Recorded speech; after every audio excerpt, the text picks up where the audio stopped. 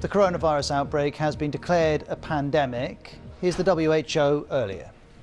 We're deeply concerned both by the alarming levels of spread and severity and by the alarming levels of inaction. We have therefore made the assessment that COVID-19 can be characterized as a pandemic. This is the first pandemic caused by a coronavirus.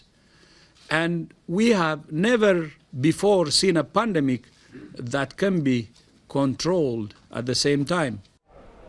Well, you'll see coverage of this announcement on the BBC News website. In our coverage, we describe a pandemic as meaning a disease that's spreading in multiple countries around the world at the same time. But the question here is, what does this change in categorisation actually mean? Well, here's the BBC's Philippa Roxby. The WHO says this will not change anything that they're saying. It will change very little that countries are actually doing, because they've already been having very close relationships with many of these countries over weeks and weeks now and telling them what to do.